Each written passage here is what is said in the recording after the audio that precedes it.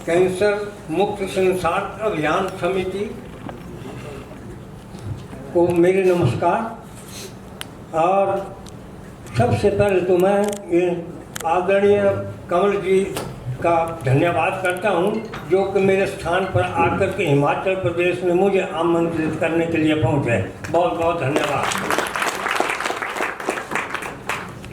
अपना मैं परिचय देना चाहता हूँ। सबसे पहले मैं हिमाचल प्रदेश डिस्ट्रिक्ट मंडी, तहसील करसोग और विलेज चुराग का आदिवासियों वैसे सुंदरनगर में जन्म स्थान मेरा है, लेकिन सेटल हो चुका हूँ मैं वो तहसील करसोग मंडी में। मेरा खानदानी पेशा दादा परदादा से सुकेत स्टेट के राज वैद्य का पोता परपोता हूँ मैं। और ये कैंसर का आदिकाल से जब से मतलब चला हुआ है खानदान, तब से लेकर के मतलब ये कैंसर का हमारा गुप्त जिसको बोलते हैं कि भाई बोले हमारा खानदान पैतृक है, मतलब ये रहस्य इसको छुपा करके रखा था हृदय पटल में, उसको ओपन किया मैंने। तो ये जो है कैंसर का अभियान दादा परदादा से लेकर के मतलब ये चला हुआ था। तो एक दिन हम बैठे हुए थे, दादाजी को मैंने नहीं देखा, ताया जी को मैंने नहीं देखा, पिताजी को देखा था मैंने। उनके साथ बैठे हुए थे हम दोनों बाप बेटे। तो बात चली, पिताजी बैठे हुए थे, वो राजवैद्य थे। जब राजा के पास से आए तो उन्होंने कहा कि चुप बैठा रहता है कि कुछ। मैं ज़्यादा बात नहीं करता पिताजी से, मैं जवाब नहीं देता था।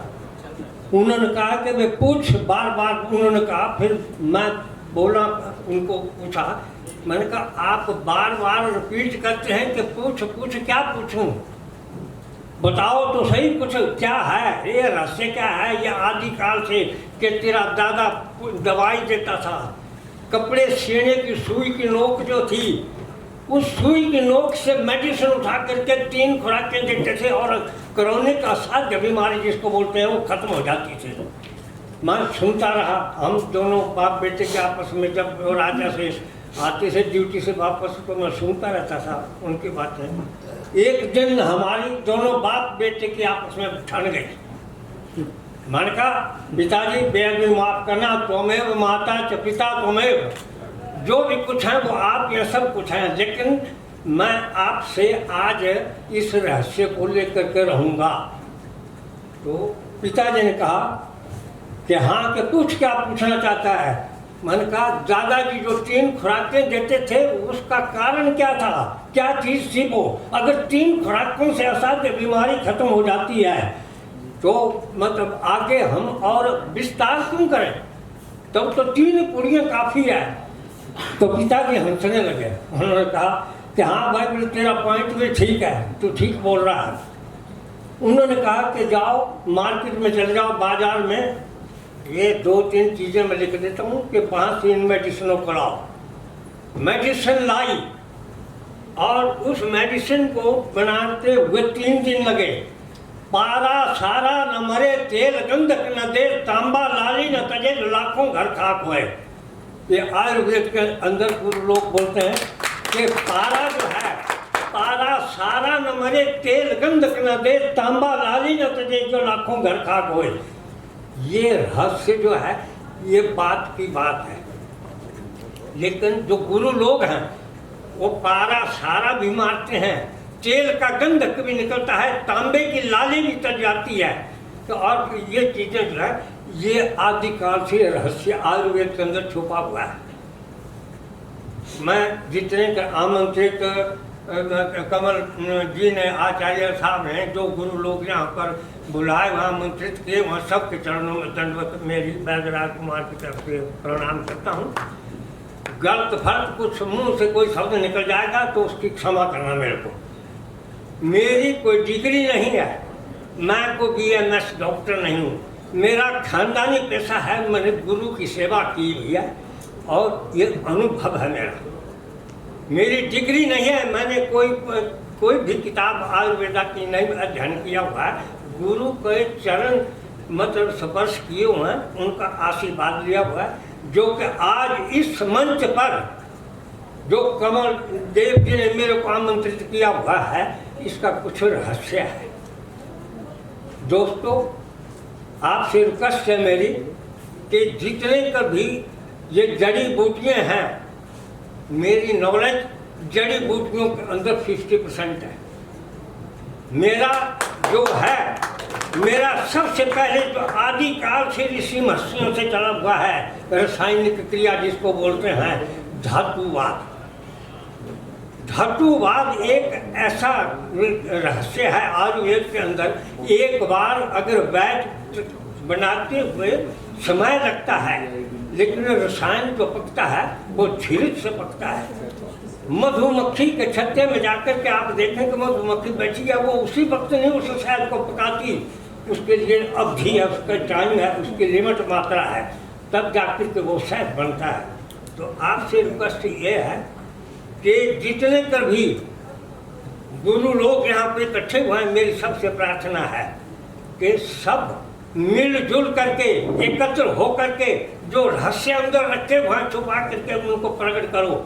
आज कमलदेव ने जो ये बेड़ा उठाया हुआ है, इसके अंदर हम लोग अगर कहते भी हैं ऐसा केवल बूंद बूंद से घड़ा भरता है, तो एक एक सभी गुरु एक एक शब्द कमल देव जी की झोली के अंदर डाल देंगे तो ये एक बड़ा महान पर्वत बन जाएगा, और इससे संसार, जिसके कैंसर मुक्त संसार होगा।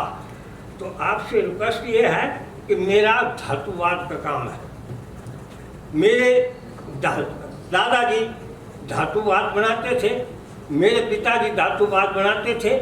उसके बाद फिर जब मैंने प्रैक्टिकल किया तो 2003 के अंदर यहाँ पर नेहरू स्टेडियम में आयुष विभाग की तरफ से मुझे हिमाचल गवर्नमेंट ने वहाँ पर आमंत्रित किया, जिसके अंदर के 22 विदेशी मतलब वैद्य भी बुलाए हुए थे, बाहर से आए हुए थे सम्मेलन में। 2003 की बात है ये।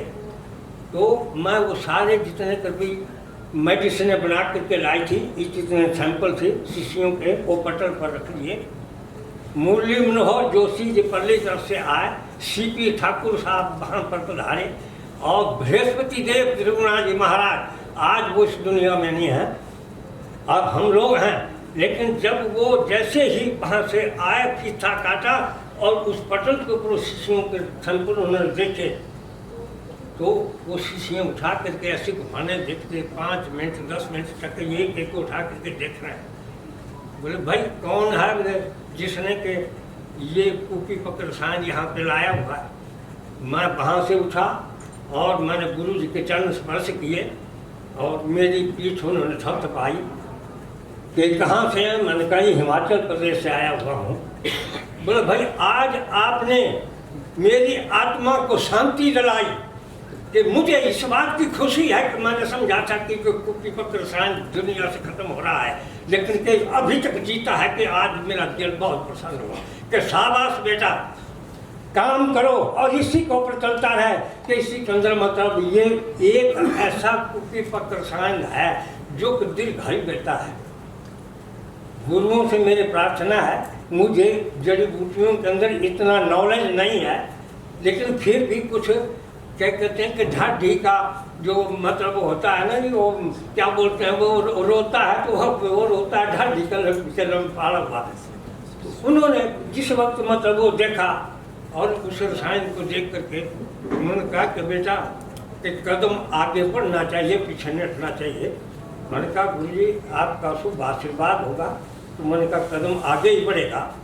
तो वहाँ पर आयुष के विभाग के ये कोई कटाक्ष नहीं है, एक स्पष्ट इस मंच पर आकर के जब संसार के अंदर कैंसर को मुक्त करना है तो खुले दिल से बात करो, ऐसे दिल के अंदर छुपा करके इसको नहीं छुपाना है। तो उन्होंने मेरे